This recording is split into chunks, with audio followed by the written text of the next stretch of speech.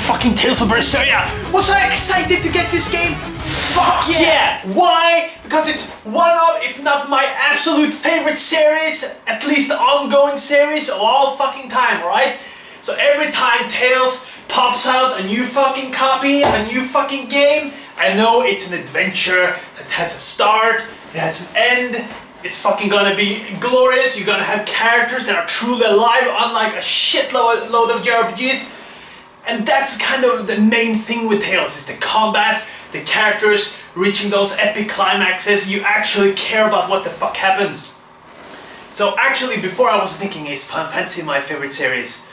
Final Fantasy has my favorite games, like Final Fantasy 7, like Final Fantasy 9, Final Fantasy 4, fucking awesome games, but they're all way back in the past. Final Fantasy hasn't really been vibing for me for quite a few years now. I don't like Final Fantasy 12 a lot. I know shitload of people love that fucking game. I think it was fucking average as shit. Final Fantasy 10 is a good game. It's not fantastic to me, you know.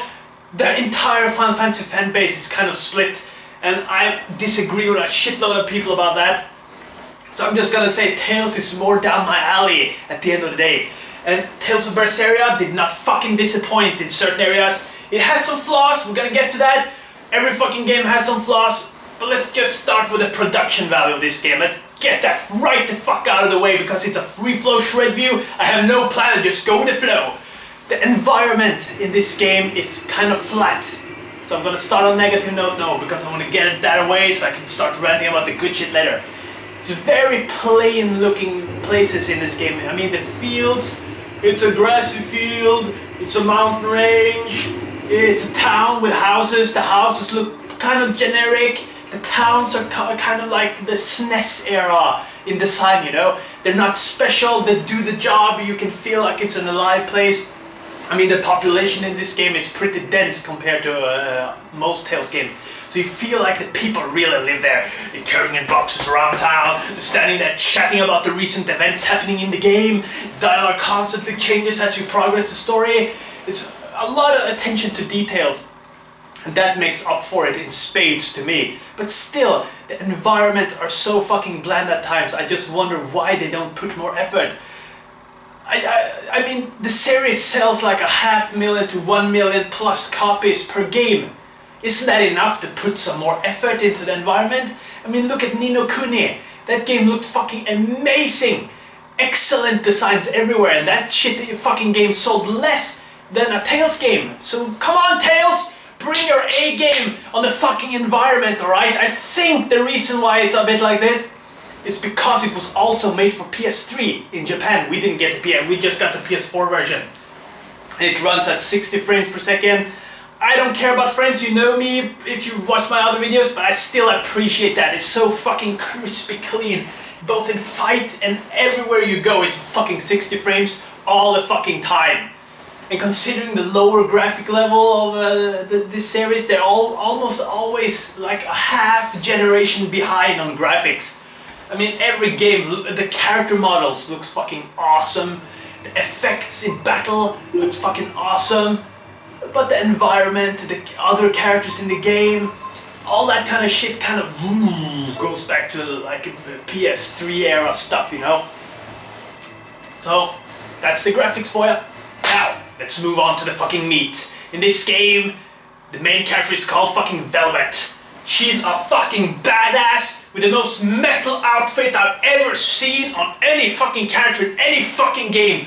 Look at her fucking running around in those fucking badass ripped clothes with fucking chains. Fucking everything looks so fucking badass on her, and her personality lives up to that look too. That's fucking rare, man. She's fucking nuts. She kills shit left, right in this game.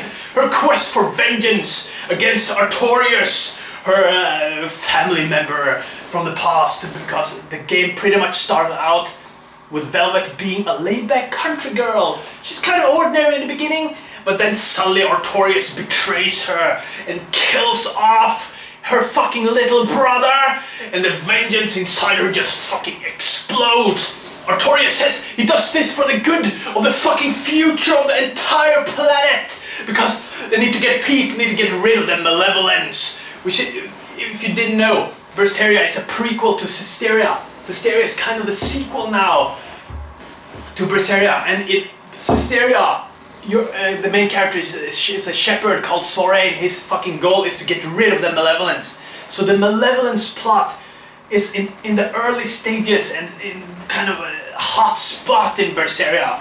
So basically Artorias is like the good guy, and you play kind of like the bad guys in this game. The whole fucking crew, the whole fucking cast of characters are kind of like fucking badass killers. I mean, the cast is fucking amazing. The fucking guts it takes to make characters like this is something most fucking JRPGs never do anymore, right? In most games you get a goody two-shoe main character, you get a goody two-shoe fucking supporting cast. But in this fucking game, they're all badasses and have some of the best characters in any game in my opinion. It's right up there at the fucking top, right? You have Velvet, the main character, and you have Eisen.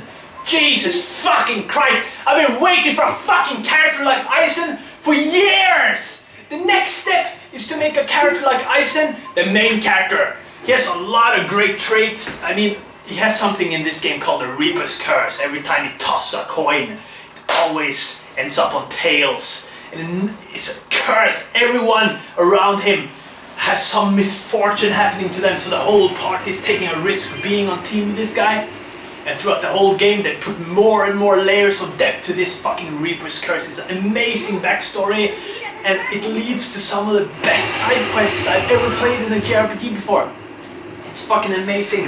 And you have some reoccurring characters from Systeria, especially one called Savid. I fucking thought he was awesome in Systeria. He's fucking even better in Berseria. And almost the entire game is voice acted. I mean, there's so much fucking voice acting. It makes me sometimes believe that half the budget went into the voice acting and the cutscenes, because most of the main cutscenes are mocap. So it's a lot of production values in the mocap, voice acting, all that shit. I think maybe that's the reason why the graphics on the environment went a little low, considering that the series doesn't sell millions of copies per, I mean, they sell, if you're lucky, they push 1 million with every copy, but you see other AAA games sell like 4 or 5 million fucking copies, so when they make a sequel, they hold nothing back. They don't have that luxury. Much like Falcom, they have to restrict a bit, right? Now, the cast of characters is amazing, like I just said. It's fucking, makes me want to just pick up the game and play it all over again. It's that fucking good to me, alright? And the story, it develops really nice, you know, it's a bit campy. The way the story opens up is kind of the same goal you're going for the entire game. So it's not as schizophrenic and surprising in the main plot points as other Tales games. But the excellent storytelling they did with the main concepts here is some of the best in the series regardless. So to me this is one of the best Tales games. It's just that fucking good, alright? So let's get to the meat of this shit. What does Tales stand for? It stands for what? It stands for fucking fighting! The battle system is like, what the?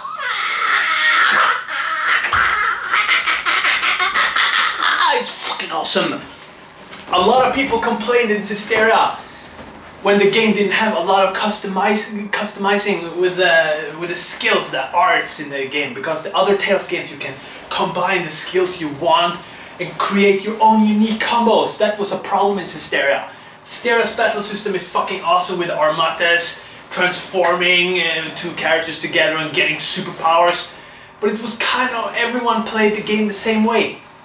In Berseria you had, I mean, a shitload of skills for every character, and you can equip up to 16 plus 4. Later you unlock 4 more skills, so it's 20 skills all in all, and you can combine any combinations of these fucking moves in any way you want. It's fully customizable, so you can approach combat exactly how you want.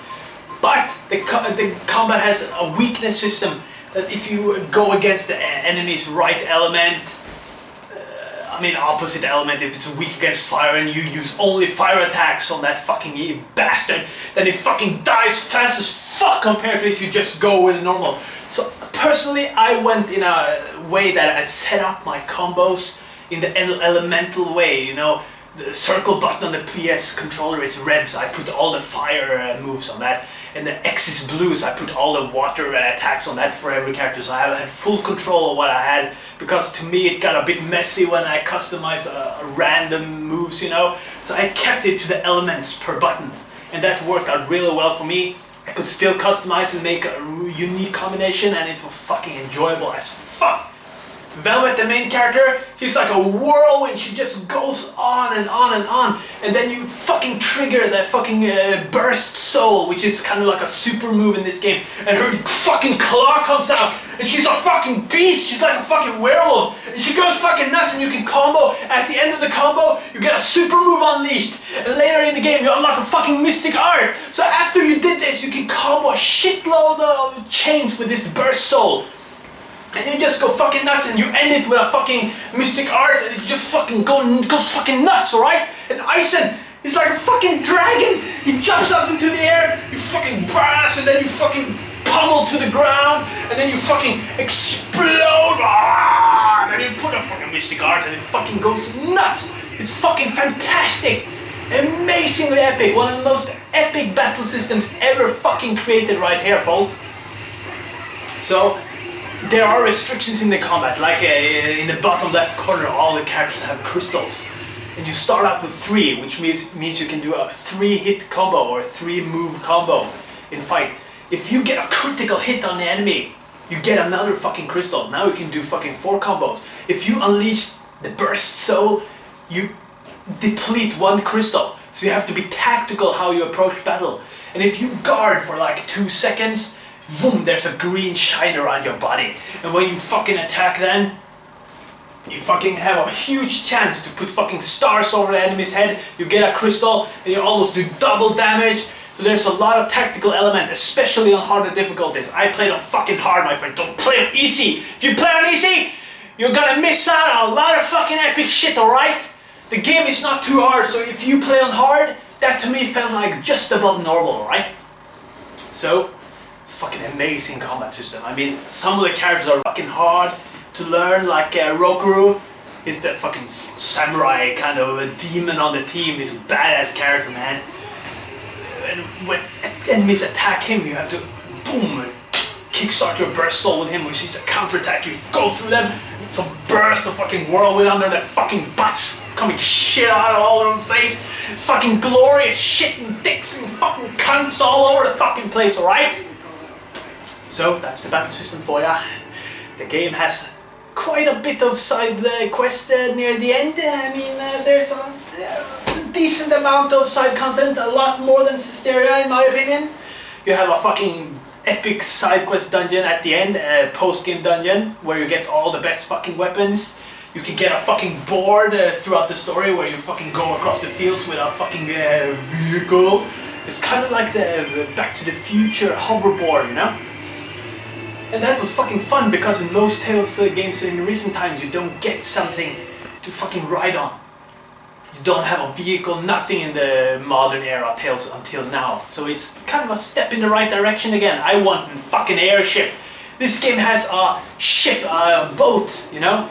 And that kind of puts a perspective on this world, making it a lot bigger, giving a lot bigger impression than Systeria.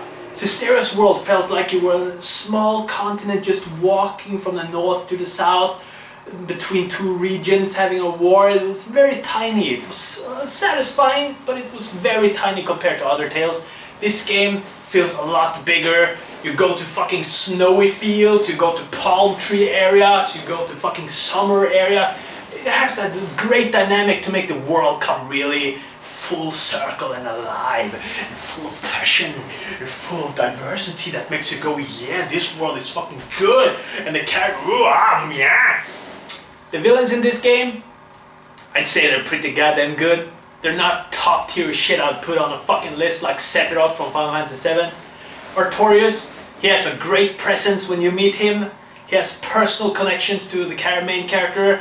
And Velvet, she loses her fucking mind at some point in the game. I'm not gonna spoil all that shit for you, gotta play the game. But the villains really fucking had psychological edges on the characters on the team, and they always try to put them down with a psychological edge, like trying to win psychological warfare. That's the fucking words I'm looking for. And it was very satisfying to see the plot twist. The voice acting is really good in this game. There are a couple of characters that are a bit half-assed, some are a bit annoying. There's one girl in the game called Kamoana. She's fucking annoying as shit as a character, but her voice actor was really unique and I really liked that.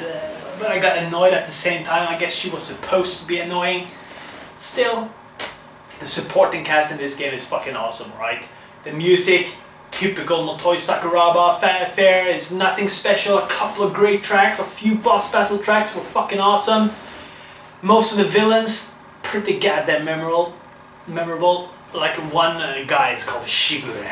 It's the brother of Rokuru, the guy on your team. They have like a samurai bond. They come from a unique samurai tribe of sorts, where basically their whole thing is about killing and becoming the new Shigure. If you're a Shigure, you're the head of the fucking family, and you have huge ass boss fights. Some of the best fucking cutscenes in the whole series, right fucking there, man. Epic ass fucking shit. The cutscenes are excellent in this game. And I think now I've come kind of full circle, right? So, what do I give this fucking game? What do I fucking give this game, huh? Look at me, motherfucker! Huh? I'm giving it 9 out of 10 out of 10 Pepsis. Yes! It's fucking that good, man. This is currently my 3rd favorite fucking Tales game, alright? It's that fucking good. The game has over 10 fucking titles, like 14 mother titles in this fucking series. This is now my 3rd place game. It's dark, it's sinister, it has some light-hearted touches, full of fucking skits, voice acting. Fucking a great package. I'm not sure they can top this with their next release. They have to challenge Tales of Vesperia, my fucking favorite game in the series. But this is a fucking worthy addition, alright? Excellent. And the backstory this game gives Tales of Vesperia almost made me want to instantly replay this game. Some of the weaknesses and lack of detail in this game was filled in Berseria. In certain aspects, you kind of will look at differently if you replay this game now. So I'd say they improved upon Vesperia with Berseria. So I hope it's the end now. I hope they leave these 2 games alone, because I want an adventure from start to finish again. I don't want fucking sequels in Tales of, right? This was an exception. They managed to do it really well. Now, back off, make a full fucking game. That's my Shreds of FreeFlow review. I'll see you next time, fuckers. I'll see you in the ship. Adios, fucker.